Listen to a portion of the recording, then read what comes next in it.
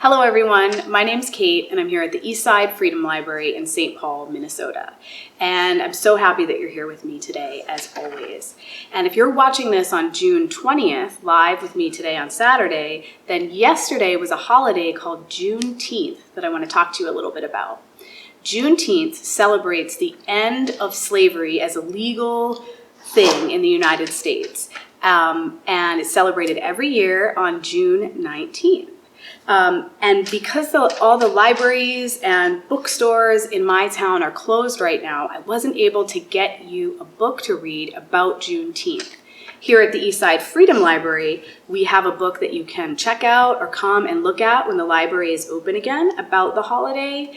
And if you're watching this with one of your adults who are helping you, there's going to be a link in the comments for you to check out a book that I did find the author reading about Juneteenth. So I don't have a book to read to you about Juneteenth today, but there are some that you can watch.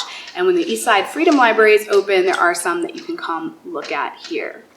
But what I do have for you today is a story that I want to read to you called Henry's Freedom Box, which is about what it was like to be a child during slavery. And then you'll be able to understand why Juneteenth is a holiday that's so special and important. So this is called Henry's Freedom Box, and it's by Ellen Levine.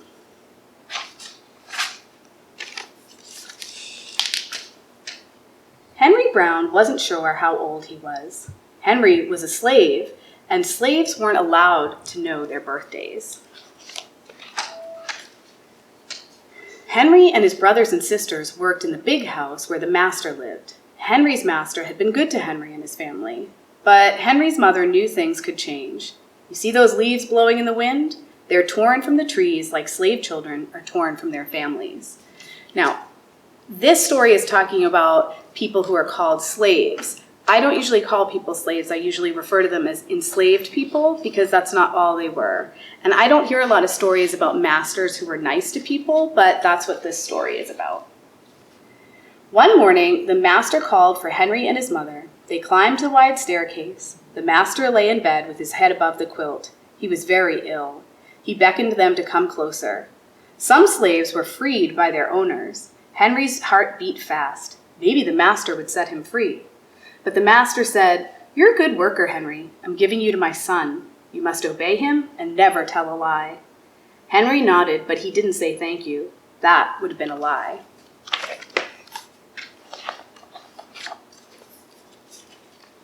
Later that day, Henry watched a bird soar high above the trees. Free bird, happy bird, Henry thought. Henry said goodbye to his family. He looked across the field, and the leaves swirled in the wind. Henry worked in his new master's factory. He was good at his job. "Do not tear that tobacco leaf," the boss yelled at the new boy. He poked the boy with a stick. If you made a mistake, the boss would beat you. Henry was lonely. One day he met Nancy, who was shopping for her mistress. They walked and talked and agreed to meet again. Henry felt a little like singing, but slaves didn't dare sing in the streets. Instead, he hummed all the way home. Months later, Henry asked Nancy to be his wife. When both their masters agreed, Henry and Nancy were married. Soon there was a little baby, then another and another. Henry knew they were very lucky. They lived together, even though they had different masters. I'm not sure I would use the word lucky to describe that circumstance. But Nancy was worried. Her master had lost a great deal of money. "I'm afraid he'll sell our children," she said. Henry sat very still. Henry worked hard all morning. He tried to forget what Nancy had said. His friend James came into the factory. He whispered to Henry, "Your wife and children were just sold at the slave market." "No!" cried Henry. Henry couldn't move. He couldn't think. He couldn't work. "Twist that tobacco," the boss poked Henry. Henry twisted tobacco leaves. His heart twisted in his chest. At lunchtime, Henry rushed to the center of town. A large group of enslaved people were tied together. The owner shouted at them. Henry looked for his family. "Father! Father!" Henry watched his children disappear down the road. Where was Nancy? He saw her at the same moment she saw him. When he wiped away his tears, Nancy, too, was gone. Henry no longer sang. He couldn't hum. He went to work, and at night he ate supper and went to bed. Henry tried to think of happy times, but all he could see were the carts carrying away everyone he loved. Henry knew he would never see his family again. Many weeks passed. One morning, Henry heard singing. A little bird flew out of a tree into the open sky, and Henry thought about being free. But how? He lifted a crate, and he knew the answer. He asked James and Dr. Smith to help him. Dr. Smith was a white man who thought slavery was wrong. They met early the next day at an empty warehouse. Henry arrived with a box. "I'll mail myself to a place that has no slaves," he said. James stared at the box and then at Henry. "What if you cough and someone hears you?" "I'll cover my mouth and hope," Henry said. Dr. Smith wrote on the box, "To William H. Johnson, Arch Street, Philadelphia, Pennsylvania." Henry would be delivered to his friends in Philadelphia. Then he printed on the crate in big letters, "This side up with care." Henry needed an excuse to stay home, or the boss would think he had run off. James pointed to Henry's sore finger, but Henry knew it wasn't bad enough. He opened a bottle of oil of vitriol. "No!" cried James. Henry poured it on his hand, and it burned his skin to the bone. Now the boss would have to let him stay home. Dr. Smith bandaged Henry's hand, and they arranged to meet the next morning at 4 o'clock. The sun was not up yet when Henry climbed into the box.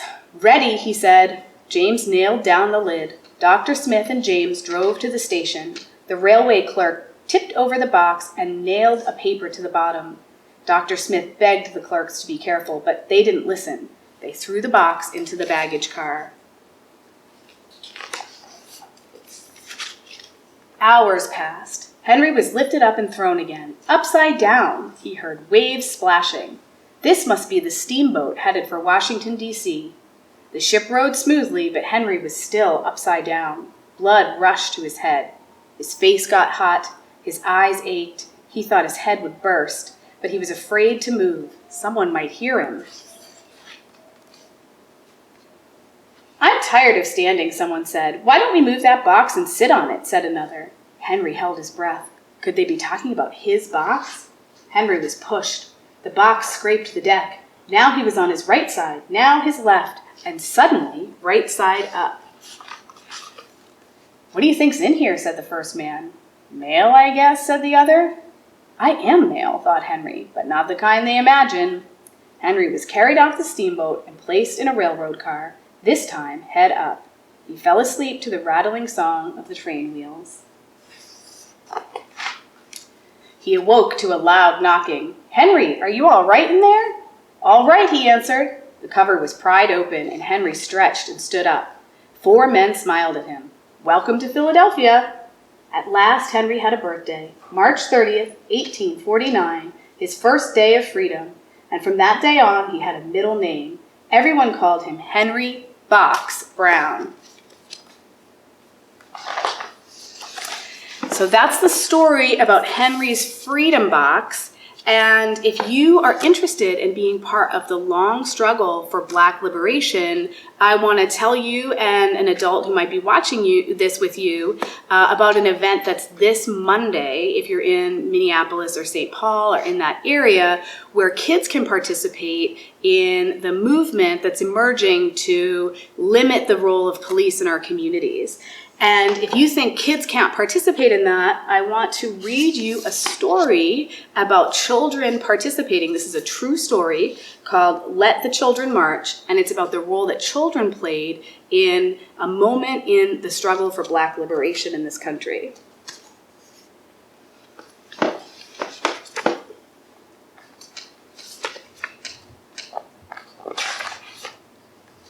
So, it starts out in 1963 in Birmingham, Alabama.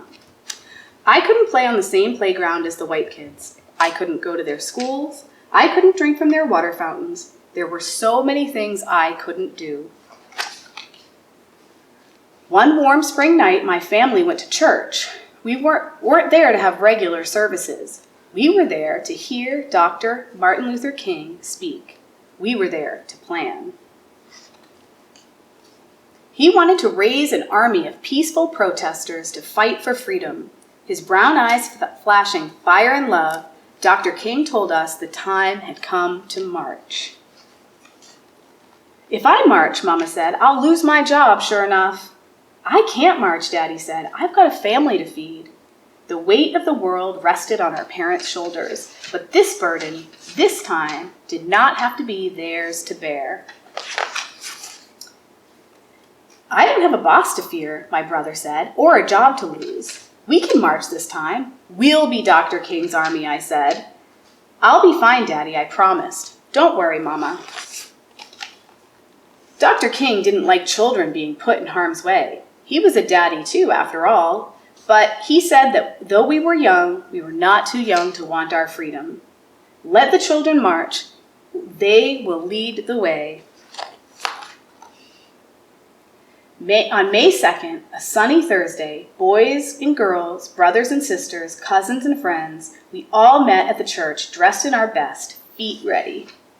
In a silence so loud that all I could hear was my racing heart, we began to walk. Hand in hand we marched, so frightened, yet certain of what was right for freedom. The path may be long and troubled, but I'm going to walk on. Would I be hurt? Would we be heard? Would it all be worth it in the end? I wanted to run away from the angry faces in the crowd, run from danger and run from fear. Boys and girls, brothers and sisters, cousins and friends, on we marched, we marched, we marched, singing the songs of freedom, 1,000 strong we came. Hate dogged at my heels all that day, its yellow canine teeth sharp, but courage walked by my side and kept me going. Disperse or you'll be jailed, the police shouted the first day. Disperse or you'll get wet, the police shouted the second day. Disperse or we'll release the dogs, the police shouted the third day. We did not disperse. We kept on marching. We wouldn't stop until things started to change. Hundreds of us went to jail on the first day and even more on the second. My turn wasn't until the third day. After I was sprayed by water stronger than anything I've ever felt, rough hands pushed me forward and I fell to my knees in the police wagon.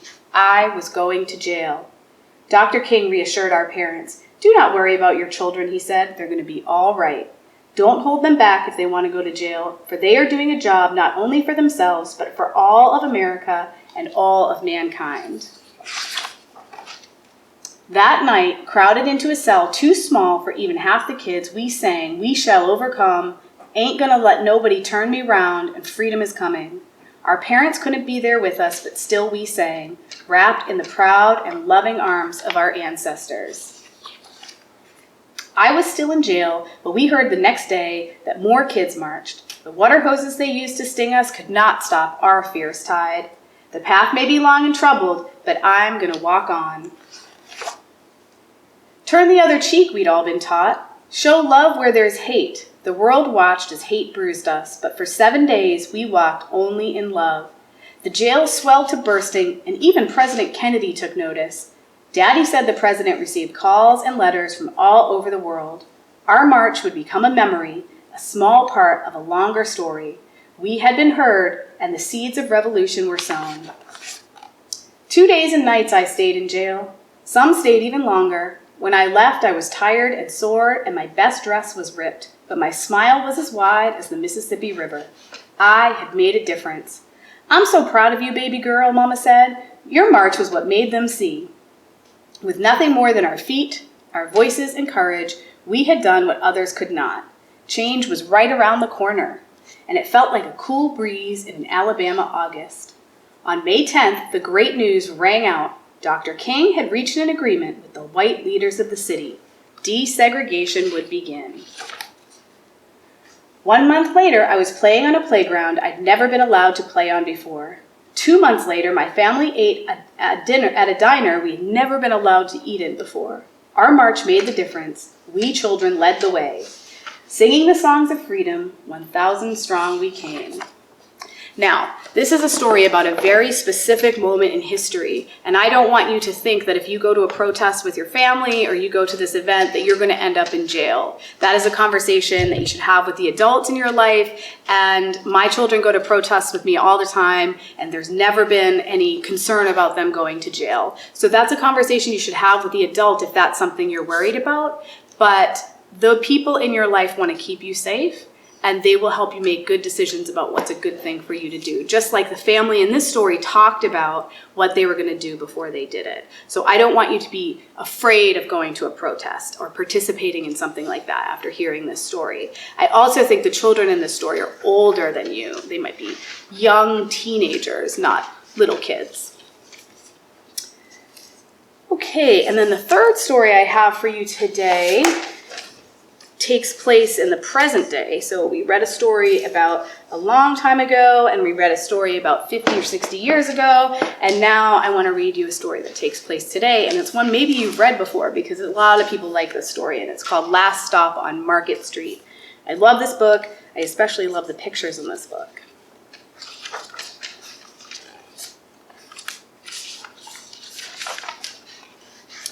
CJ pushed through the church doors and skipped down the steps. The outside air smelled like freedom, but it also smelled like rain, which freckled CJ's shirt and dripped down his nose. He ducked under his Nana's umbrella, saying, "How come we gotta wait for the bus in all this wet?" "Trees get thirsty too," his Nana told him. "Don't you see that big one drinking through a straw?" CJ looked for a long time, but never saw a straw. From the bus stop, he watched water pool on flower petals, watched rain patter against the windshield of a nearby car.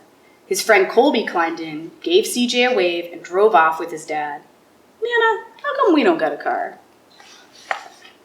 "Boy, what do we need a car for? We've got a bus that breathes fire, and old Mr. Dennis, who always has a trick for you." The bus creaked to a stop in front of them. It sighed and sagged, and the doors swung open. "What's that I see?" Mr. Dennis asked. He pulled a coin from behind CJ's ear and placed it in his palm. Nana laughed her deep laugh and pushed CJ along. They sat right up front. The man across was tuning a guitar, and an old woman with curlers had butterflies in a jar. Nana gave everyone a great big smile and a good afternoon, and she made sure CJ did the same. The bus lurched forward and stopped, lurched forward and stopped. Nana hummed as she knit. "How come we always gotta go here after church?" CJ said. "Miguel and Kobe never have to go nowhere." "I feel sorry for those boys," she told him. "They'll never get a chance to meet Bobo or the sunglasses man. And I hear Trixie got herself a brand new hat." CJ stared out the window, feeling sorry for himself. He watched cars zip by on either side, watched a group of boys hop curbs on bikes. A man climbed aboard with a spotted dog. CJ gave up his seat. "How come that man can't see?" "Boy, what do you know about seeing?" Nana told him. "Some people watch the world with their ears." "That's a fact. Their noses, too," the man said, sniffing the air. "That's a mighty fine perfume you're wearing today, ma'am." Nana squeezed the man's hand and laughed her deep laugh. Two older boys got on next. CJ watched as they moved on by and stood in the back. "Sure wish I had one of those," he said. Nana set down her knitting. "What for? You've got the real live thing sitting across from you. Why don't you ask the man if he'll play us a song?"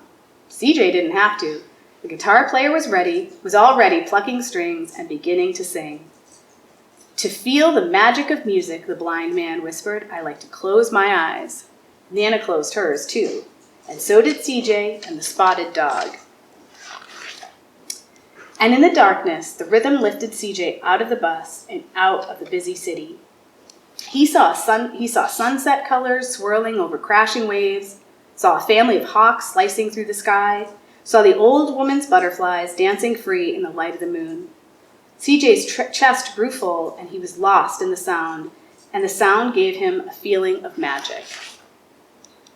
The song ended, and CJ opened his eyes. Everyone on the bus clapped, even the boys in the back. Nana glanced at the coin in CJ's palm, and CJ dropped it in the man's hat. "Last stop on Market Street," Mr. Dennis called. CJ looked around as he stepped off the bus. Of Crumbling sidewalks and broken down doors, graffiti-tagged windows and boarded-up stores. He reached for his Nana's hand. "How come it's always so dirty over here?" She smiled and pointed to the sky. "Sometimes when you're surrounded by dirt, CJ, you're a better witness to what's beautiful." CJ saw the perfect rainbow arcing over their soup kitchen. He wondered how his Nana always found beautiful where he never even thought to look. He looked all around them again, at the bus rounding the corner out of sight, at the broken street lamps still lit up bright, and at the stray cat shadows moving across the wall. When he spotted their familiar faces in the window, he said, "I'm glad we came." He thought his Nana might laugh her deep laugh, but she didn't. She patted him on the head and told him, "Me too, CJ. Now come on." Okay, that's all I have for you this week. I hope you will join us next week when we are going to talk about Pride Month in the month of June.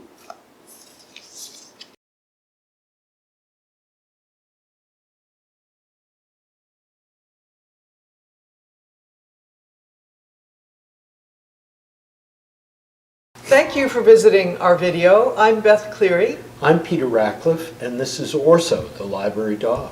We are the co-founders and co-executive directors of the East Side Freedom Library in St. Paul, Minnesota. Our mission is to inspire solidarity, work for justice, and advocate for equity for all. If you enjoy our programming and want to support our work, please visit our website, eastsidefreedomlibrary.org.